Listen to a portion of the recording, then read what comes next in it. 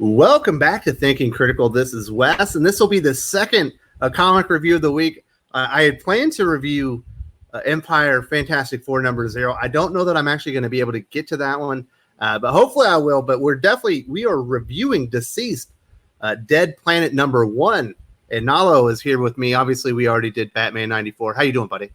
I'm doing great, Wes. Glad to be here and excited to talk about this book and the momentum that DC keeps pushing forward.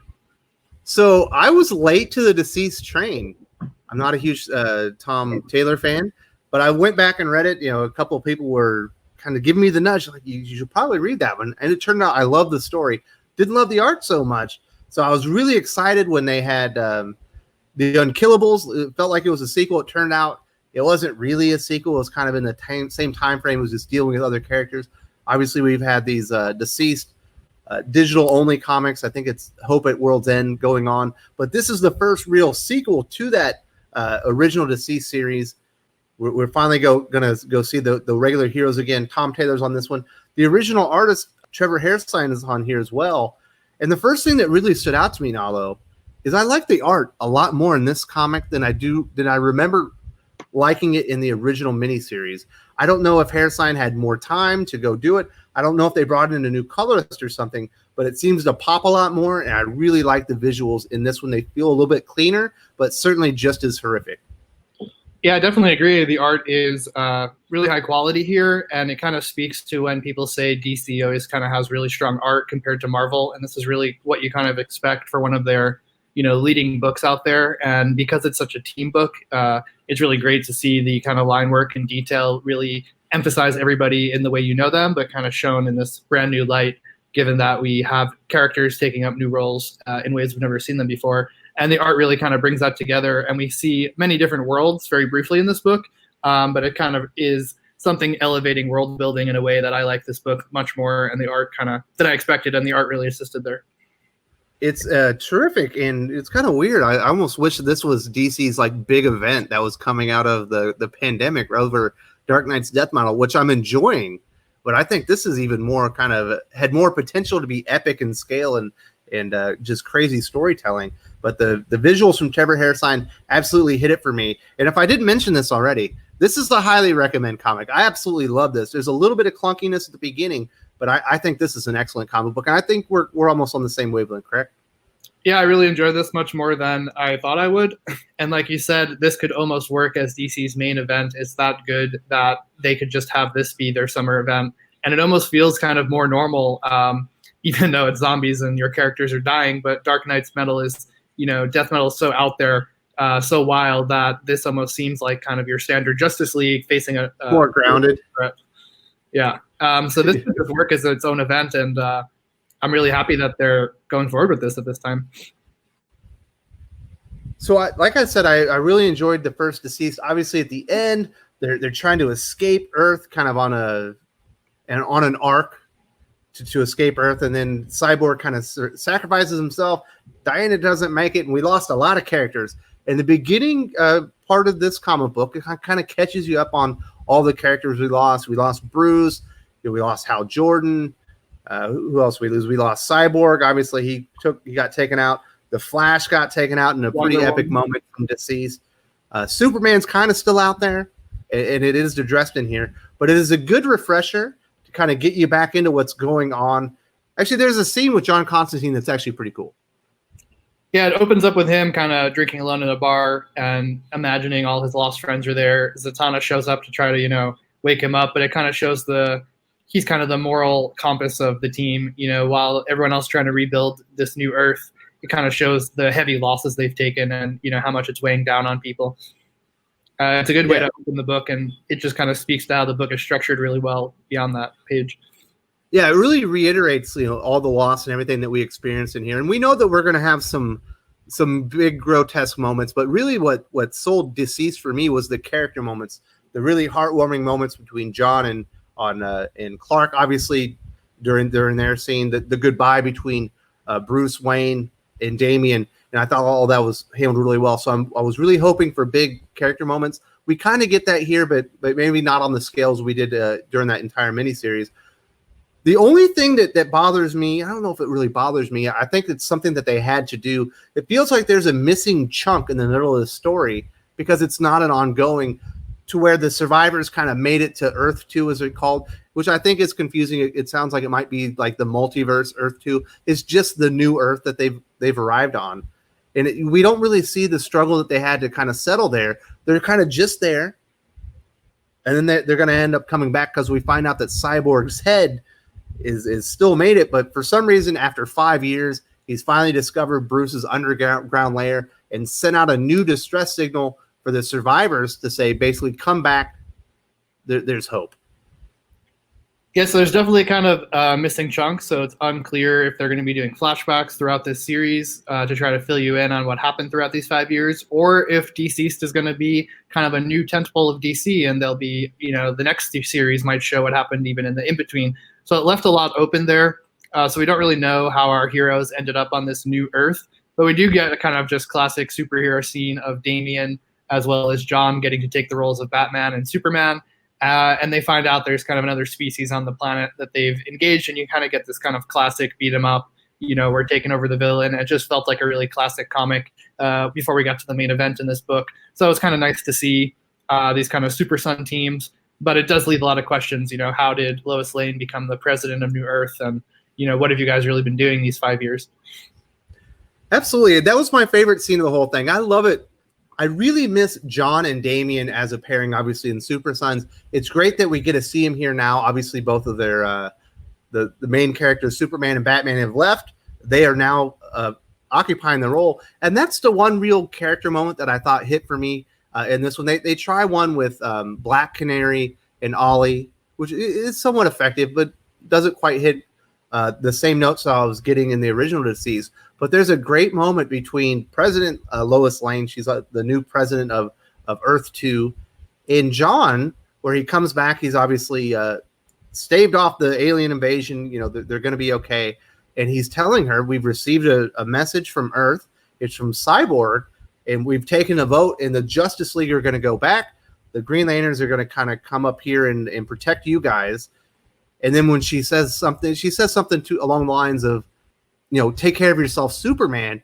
And he says, I don't like it when you call me that. And she has a nice comeback where we'll stop earning the title. And I thought that was a really good moment between mother and son, to where it really feels like he's earned the title, and he is the new Superman in this version of DC's comics. Yeah, and bringing it back to the art, they kind of really show him a bit more aged up. At first, it didn't even really click for me that this isn't Superman, so he fills the role really well. But another small detail I then liked in terms of world building is how they have the Green Lanterns guarding the sun in our solar system, because that's where Superman is still kind of eating a star. And they show this kind of hints of the leftover protocols, what they've had to establish to stay safe. And as our heroes return to Earth, you kind of get a glimpse of Superman still zombified, eating the sun, which was kind of a nice touch for me. Yes, and then we find out the Earth is basically quarantined by the Green Lanterns. They've got the sun and the Earth under quarantine. They don't want anything to escape. They obviously don't want anything living to go down there because of the anti-life equation that's kind of turned on everything. If you view like electronic communications, that's kind of how you get zombified in this universe. Or you can get bitten. That way is still there. And then we see all of a sudden there's a nice moment where something breaks through the shield. Like, oh my goodness, something's coming up from Earth. We find out it's Crypto. Love seeing John and his dog, back together again. Who can't feel that, right? And we wonder what he's been doing for the last 5 years also. Absolutely. But, he's a Kryptonian dog. He's crafty. So I was glad that he made it. Although I do want to point this out. Obviously, we got new versions of the heroes. We do have classic Green Arrow. But other than that, they're kind of all new versions. The new version of Wonder Woman, Cassie Sandsmark, looks remarkably and very similar to Captain Marvel. Yeah, I didn't catch that, but in terms of color scheme and the blonde hair, definitely appears that way. I don't know if they're kind of testing the waters to have a competing character or it's just a coincidence, but definitely a good catch. Yeah, I thought it was kind of interesting. I was like, is that Captain Marvel? I was like, no, that's Wonder Woman. But, obviously they adjusted the uniform and everything, but the colors kind of fit it pretty well. And they waste almost no time. As soon as the team returned to Earth, they find Cyborg. He's sitting there, but he can't really speak. and they're kind of monitoring him. And that's when the stuff starts to hit the fan. A massive horde of zombified creatures are coming for him. Cyborg's trying to give him some information. They can't quite get it. They're going to use the lasso of truth to kind of get him out of him. And that's when the stakes really start getting raised up. Yeah, the stakes get raised immediately. I love they have this kind of double page spread where their ship is getting attacked. That is kind of, again, highlighting this beautiful art. And then we get kind of a kill scene that's also pretty gruesome as a pinup page. And you kind of really now sets the stage for us the series of, in DCeased, it's kind of shock after shock of how much they've lost. Here, it's a little bit of hope that, we've recovered. We're going to go back on this rescue mission. And it's just like, no, we will keep losing and we will keep losing. And it's just a devastating book, and it has been. So I like that they're continuing down that road. So this is a spoiler review, but I will leave the big death that happens and the impacts of that. For readers, if you haven't watched it, if you don't mind most of the spoilers, I don't want to ruin the big death scene, but I will ruin who's involved in it. Obviously, they did leave one very powerful character behind at the very last page of DCeased. Turns out Wonder Woman is still evil, and she's coming back for her friends. So that's the big bad here in DCeased Dead Planet. At least in the first issue, I imagine she's going to be the big bad throughout the entire 7-issue miniseries.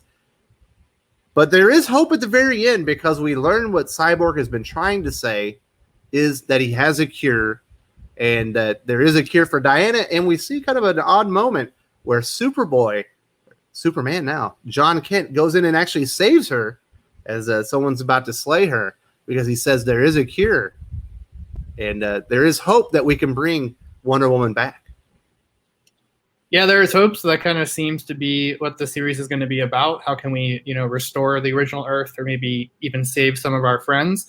I think, though, that my intuition is there's going to be more big bads. Maybe Superman will get out of the sun. Maybe Wonder Woman has, a bigger clan that she's a part of. But I think in terms of setting the stage and opening this up, it really dials it up to 11 in the last third of the book, and really has me on board. And, it's these kind of exciting, shocking moments. Like I said earlier, this could be, DC's only event right now, and it would be pulling its own weight.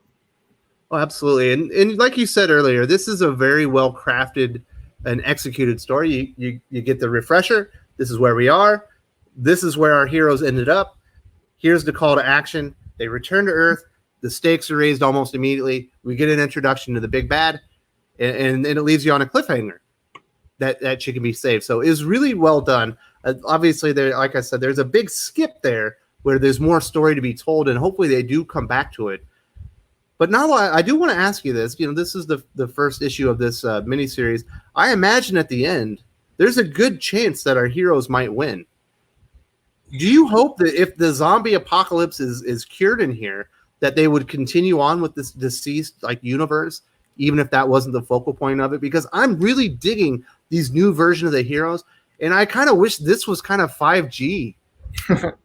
You know what I mean? Yeah, I really do know what you mean. So I can say that the cover on this one says the war for Earth is just beginning. So we do know that, that's kind of the end goal here, is that they're going to be able to implement a cure or unquarantine the Earth.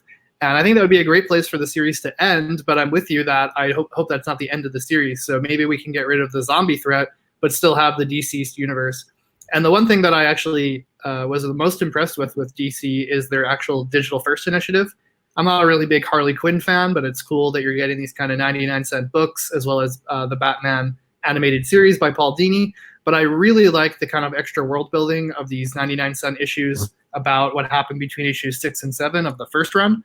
And so, like I was saying, DC has all this momentum with kind of getting a lot of books out of the gate. DCeased is so strong, but if they can also continue with these kind of, extra packages of you want a little bit more content, can add a bit more to the world. The fact that we have this 5-year gap, the next series could maybe cover that. Maybe they actually just continue down this universe of kind of dark threats, but not zombies. And I hope that this can kind of elevate beyond the comparison of Marvel Zombies, because it seems already to be much more sophisticated, has a lot more structure, and it's building a world that, we're getting a good conversation out of this video out of, that it would be awesome if this series continues into phase 3 and phase 4. Absolutely. If there's anybody from DC listening, please create Earth D. We've got all these different Earths out there. There needs to be an Earth D that's a designator for the DCeased universe, because I very much want to see the Super Sons reunited as Superman and Batman, and to see where they're going to go forward with this and see these new versions of the heroes. I'm enjoying Black Canary as the Green Lantern. I think that's a cool concept. I think it was executed well, and I'm very invested in this now. I don't want it to go away. Yeah, I think that we can probably say confidently that Dead Planet is a really correct reaction to how DCeased originally performed. I don't think DC expected it to be as popular as it was going to be. They didn't capitalize on it as much as they could. But I think they recognize how valuable this new universe is, and this doesn't feel just kind of like a DCeased 2, Zombies Again. It actually has like a lot of structure, high quality art, advancing characters in an interesting way, and making us feel invested in this universe. So I think DC has a winner on their hands, and let's see if they can stick the landing on this one. But it would be really exciting to have this be a meaningful Elseworld universe that we can keep getting stories out of. If you didn't realize it already, this is a highly recommend. I don't think this is a perfect comic, but it's very close. And like I said, I think the visuals got up a little bit. They kept the same artist, but it's obvious that he put in a little bit more effort. I don't know if he put in more effort, but it feels a little bit cleaner. Maybe they brought in a new colorist. I'm not sure why, but it pops a little bit better on the page. It's very graphic, very horrific. It fits the scene, and I think everything from the graphics to the storytelling to the character moments. We didn't get quite the amazing character moments maybe from DCeased. I imagine we're going to get those moving forward, but I think it all worked very well. Highly recommend. This is like a 4.5 out of 5 kind of comic. This is really up there. Yeah, if you're looking for your kind of summer delights and some action from DC, definitely don't miss this one. If you enjoyed this video, please give it a like. I would appreciate it very much. It helps us attract more views for the channel. Subscribe for future commentary, comic book news, and reviews. And don't forget to ring the bell for notifications. If you want to talk comics, movies, and much, much more, you can follow me on Twitter at Wes_from_TC. With that, Salamat Po, and I'm out.